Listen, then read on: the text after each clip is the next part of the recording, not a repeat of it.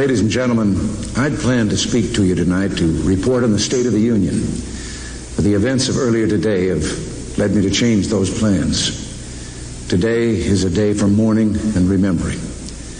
Nancy and I are pained to the core by the tragedy of the Shuttle Challenger. We know we share this pain with all of the people of our country. This is truly a national loss.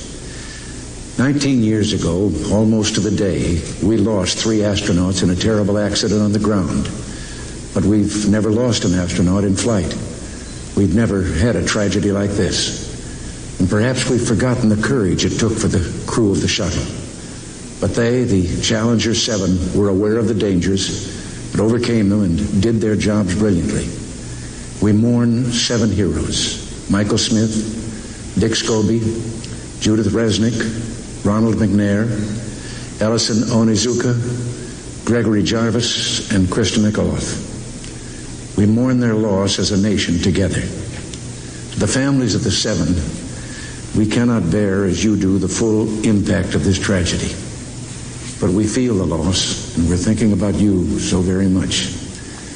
Your loved ones were daring and brave, and they had that special grace, that special spirit that says, "Give me a challenge, and I'll meet it with joy." They had a hunger to explore the universe and discover its truths. They wished to serve, and they did. They served all of us. We've grown used to wonders in this century. It's hard to dazzle us. But for 25 years, the United States space program has been doing just that. We've grown used to the idea of space, and perhaps we forget that we've only just begun. We're still pioneers. They, the members of the Challenger crew, were pioneers. And I want to say something to the school children of America who were watching the live coverage of the shuttle's takeoff. I know it's hard to understand, but sometimes painful things like this happen. It's all part of the process of exploration and discovery. It's all part of taking a chance and expanding man's horizons. The future doesn't belong to the faint-hearted. It belongs to the brave. The Challenger crew was pulling us into the future, and we'll continue to follow them. I've always had great faith in and respect for our space program, and what happened today does nothing to diminish it. We don't hide our space program. We don't keep secrets and cover things up. We do it all up front and in public. That's the way freedom is, and we wouldn't change it for a minute.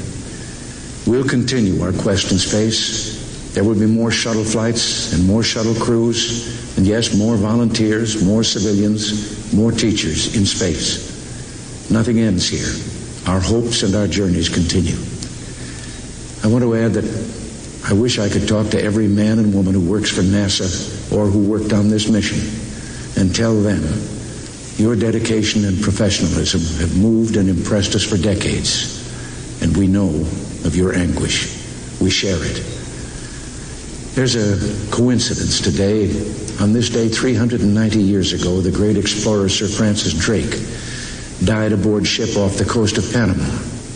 In his lifetime, the great frontiers were the oceans, and a historian later said he lived by the sea, died on it, and was buried in it.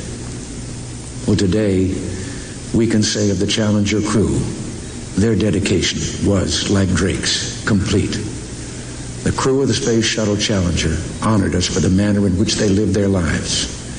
We will never forget them, nor the last time we saw them this morning, as they prepared for their journey and waved goodbye and slipped the surly bonds of earth to touch the face of God. Thank you.